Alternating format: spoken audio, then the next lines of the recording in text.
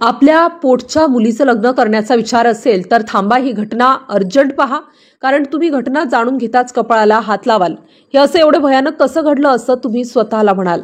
पुणे राज्याची सांस्कृतिक राजधानी, जिथे संस्कृती, कला आणि शिक्षणाची छाया आहे. पण आता सहकार नगरमध्ये घडलेली ही घटना ऐकताच मन थरकापून जाते. रिया, बदललेले नाव, वय 24 वर्ष, नुकतीच विवाहित. तिचा नवरा करण 28 वर्षांचा, सासरे विजय 60 वर्षांचे, सासू सीमा 55 वर्षांची. लग्नानंतर 5 महिन्यांनी रिया आणि करण हनीमूनसाठी महाबळेश्वरला गेले. सुरुवातीला सर्व काही साधं रोमॅन्टिक वाटत होतं. निसर्ग, गार हवेचा, शांत पावसाची ठिणक, पण त्या शांत वातावरणात काहीतरी असहाय्य सुरू झाले. पहिल्या रात्री रियाने पहिल्यांदाच तिला जाणवलं की तिचा नवरा करण तिच्यासोबत शरीर संबंध ठेवण्यास तयार नाही. सुरुवातीला ती थोडीच आश्चर्यचकित झाली, पण काही दिवसांनी रियाला समजलं की करण नपुंसक आहे. कारण ही गोष्ट हळूहळू तिच्या मनात भीती निर्माण करू लागली. तिला विश्वास बसत नव्हता की तिचा नवरा आणि सासू या दोघांनीही तिच्यावर दबाव आणू शकतात.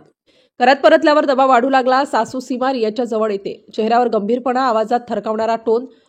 तुला मुलं हवीत तर. तिथून सुरू झाला असह्य त्रास. पती करणही तिला पाठीशी बसून हळूहळू दबाव आणत होता. रियाला वाटत होतं की तिचा जीव धोक्यात आहे. रात्रीच्या अंधारात घर शांत, पण तिच्या मनात भीती वाढत होती. रियाला रोजच्या हालचालींमध्ये त्रास सहन करावा लागतो. फोनमध्ये हलके कंपन, हात थरकापणे, डोळे भीतीने भरलेले. घराच्या आत सावल्या, बंद दरवाजे, अंधारातील हलके पाऊल, टप्प्यांचे आवाज. रियाला वाटतं की कुणीतरी तिच्यावर नेहमीच नजर ठेवत आहे. 10 सप्टेंबरची रात्र आली. सासरे विजय अचानक रियाच्या घरी आले. हातात बॅग, चेहरा गंभीर, आवाज थरकावणारा. मागणी केली शरीर संबंध ठेवण्याची. रियाचा जीव थरकापला. परिस्थिती असहाय्य बनली होती. दरवाजे बंद, घरात अंधार, बाहेरून फुसफुस आवाज येत आहेत. रियाने हालचाल करून पळण्याचा प्रयत्न केला, पण विजय तिला थांबवत होता. त्या रात्री रियाने ठरवले की हिंमत दाखवावी लागेल. तिने फोन उचलला, पोलिसांना संपर्क केला. पती करण, सासू सीमा, सासरे विजय यांच्याविरुद्ध तक्रार नोंदवली. मनात भीती होती, पण चेहऱ्यावर ठामपणा. सहकारनगर पोलीस घरात आले. बाहेर गाड्या, लाईट्स, टायर, आवाज. पोलीस तपास करीत आहेत. घरातील अंधार, सावल्या, हलके फुसफुस आवाज. रियाच्या हातात फोन पकडलेली झलक. ही सगळी दृश्य पोलिसांसमोर आहेत.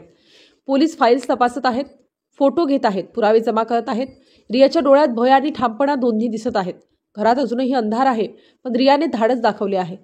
शहरात प्रश्न पडतो, पुणे सांस्कृतिक राजधानी आहे की गुन्हेगारांची राजधानी? सहकारनगरच्या या भयानक घटनेने प्रत्येकाच्या मनात थरार निर्माण केला. पुढे काय उघडकीस येईल? तपास अद्याप सुरू आहे. पोलिसांनी काहीही सांगितले नाही, पण सत्य लवकरच समोर येईल. रियाची हिंमत, घरातील दबाव, सासरे सासूचा अत्याचार आणि पोलिसांचा तपास. ही घटना पुण्यातील सहकारनगरसाठी संस्मरणीय ठरेल. पण भीती अजून कमी झाली नाही. पुणे आता फक्त सांस्कृतिकच नाही, तर थरार आणि भीतीची राजधानी सुद्धा बनत चालला आहे.